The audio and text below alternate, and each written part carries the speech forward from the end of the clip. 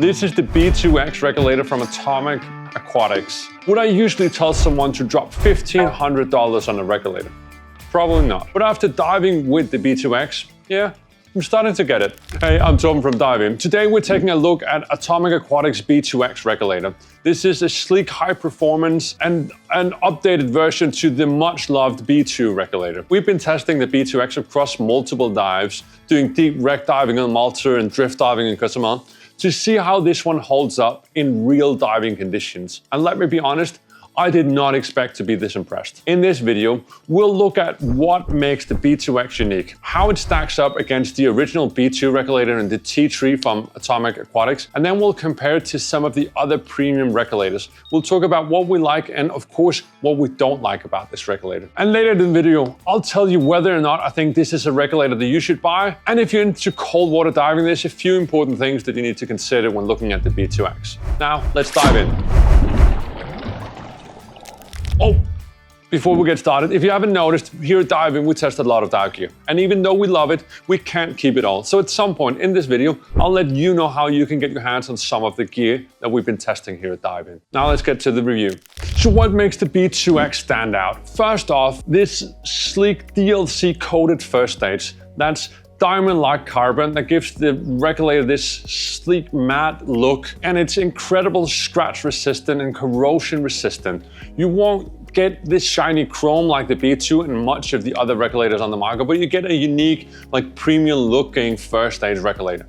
The second stage is fully titanium, making it really lightweight, and then it has this comfort swivel hose, so you barely feel that you have your regulator in the mouth. So the second stage is the same as the B2 regulator, but what's new here for the B2x is the first stage. What's technically is about, that's this DLC coating. But the swivel hose and the light rate of the second stage is still B2, but really nice. And then there's this swivel turret on the first stage as well, which makes hose routing a breeze. So whether you're diving single tank, side mount, or twin tank, you can set up with ease of use or ease of hose routing without any issues. You can put your hoses where you want, you can turn it as you want when you're setting up the gear. Really nice and comfortable using that as well. Now let's talk about the actual performance on the dive, because that's of course the most important thing when you're looking at a regulator. In Malta, we did some deep diving in wrecks with limited space and limited visibility as well. And what stood out was this swivel hose and the comfort of the second stage, because you don't feel that you have it in. Even if your hose hits something on the right way into a wreck, you don't have a pull in your mouth at any point during the dive. So the regulator is placed comfortably and it's lightweight and you don't feel like you have it in. And that's really nice, not having to fight with a hose that's not properly fitted in it. In Cozumel as well, we were doing like some drift diving, and at moments, keeping up with array to do some photos of that, or just fitting in to go in behind cover of the rocks to avoid being pulled away with the drift or with the current. I had to kick pretty severely at some point. And at no point did I feel that the B2x were holding me back, more my personal fitness level, but let's not talk about that. No, but the B2x kept doing, high performance breathing. I was at no point feeling that I had to struggle to breathe. So the ease of breathing in all depths, all conditions is really where the B2x stands out. Let's talk about the setup as well, because that is really nice. So thanks to the port layout, you get 2 high pressure ports, one on each side of the entrance.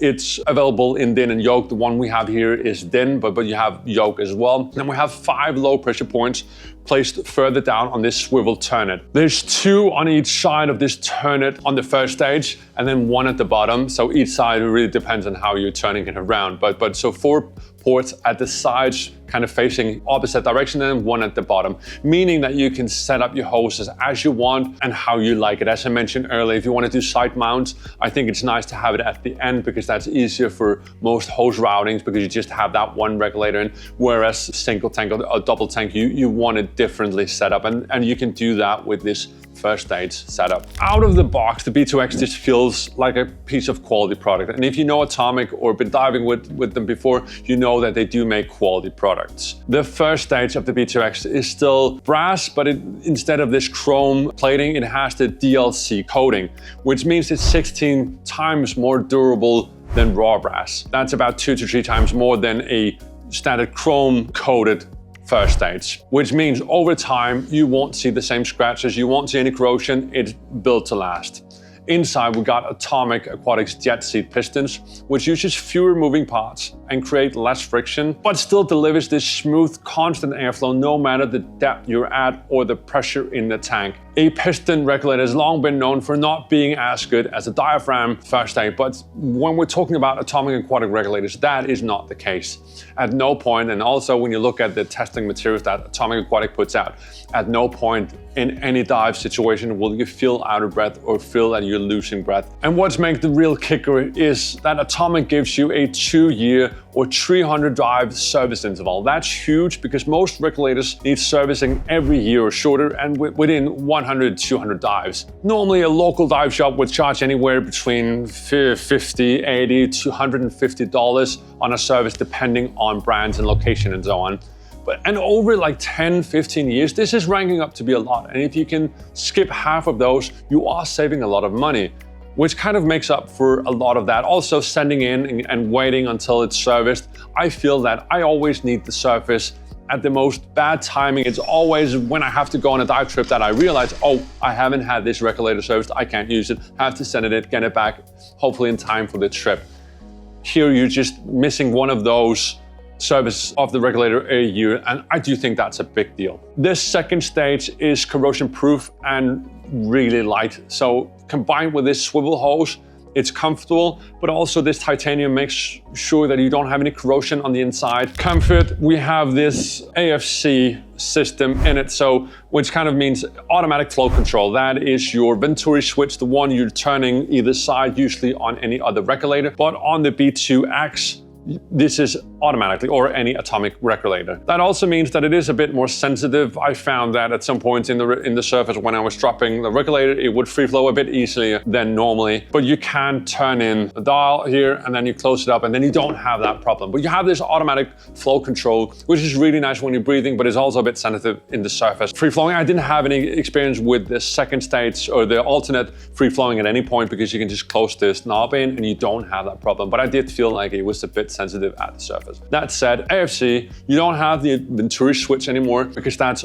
automatically done. This is a patented solution from Atomic Aquatics. If you like it or not, that's really up to you. I found that I didn't have to think about the breathing. As I mentioned previously in the video, at no point did I feel like I was breathing through a regulator. And for that reason, I guess it's a whole combination of why the regulator is good at breathing, but this is one of the points. For that reason, I like it. I didn't have to think about, do I close it, do I open it, do I leave it halfway there? It's kind of done for me, which is really nice. I know some divers, I like controlling this on my own. Well, then this is not the regulator for you. Because at no point did I think about the breathing. I like it.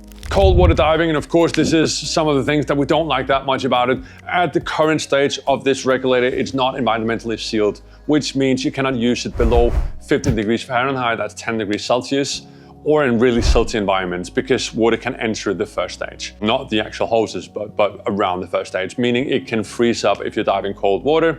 There is a sealed version coming out in 2025, and I also do believe you can get a dive center, your local dive center, to seal it for you, but that's at an extra cost. And I don't get why a premium regulator priced in at $1,500 is not from the factory environmentally sealed. But if you're not diving cold water, you don't have to worry about it. I sometimes dive cold water, so for me it's a bit weird that it's not environmentally sealed. So let's talk about how this one performs against some of the other regulators. So performance-wise, it's almost identical with the B2. So B2x is the same except for that DLC coating, so more durable and, if I'm honest, cooler looking because it has this black chrome look. But the B2 is priced in at, I think, $950. So it's almost $500 or more than $500 more than you're spending for this more durable, better looking coating. Then it's also limited in production, not a limited time period, but limited in how many they're producing a year, which means you're gonna be one of the only or the only person you know or on the dive boat using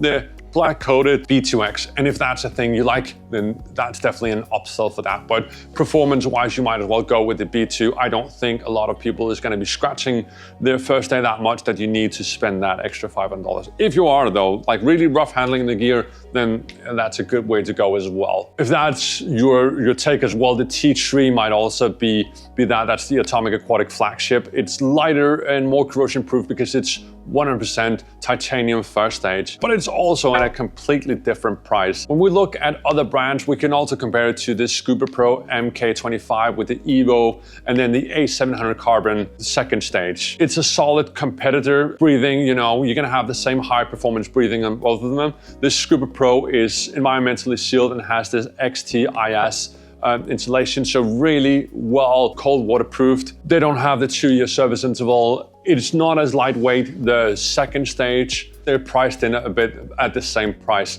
So it's a good alternative. Now, let's talk about price and value. And let's be real, the B2X isn't cheap. It's a premium category, even well beyond that category. But you are getting Atomic Aquatic's legendary build quality, titanium second stage, DLC coating, cool look of that, jet seat piston, long service intervals. What you're mostly paying for as well is that cool look, or at least the $500 extra compared to the B2. It kind of reminds me of that T25, I think it was called, Atomic Aquatic Regulator, like limited edition 25-year anniversary. That looks really cool. Would yourself wonder, do I want to spend that extra for the look of it? And if you want, then you will not be disappointed with the performance, with how lightweight it is, with how nice it is to use underwater. The B2X really does deliver. Now we're at that point in the video where you have a chance to win some of the dive gear that we've been testing here at DIVEIN. And all you have to do, it's really simple, is subscribe to our channel here on YouTube, and then drop a comment with what you think about the B2X. Is this a regulator that you would buy, or what would hold you back so you wouldn't consider buying it? And last but not least, subscribe to the newsletter. This is where we'll announce the winners, so make sure you check out your inbox for our newsletter. Now, that was the final thing I had to say about the B2X regulator. If you have any questions about this or any other regulator, drop them down below in the comments as well. I love to get back to you regarding questions. I'm Tom from DIVEIN, and this was the B2X. And as always, happy diving.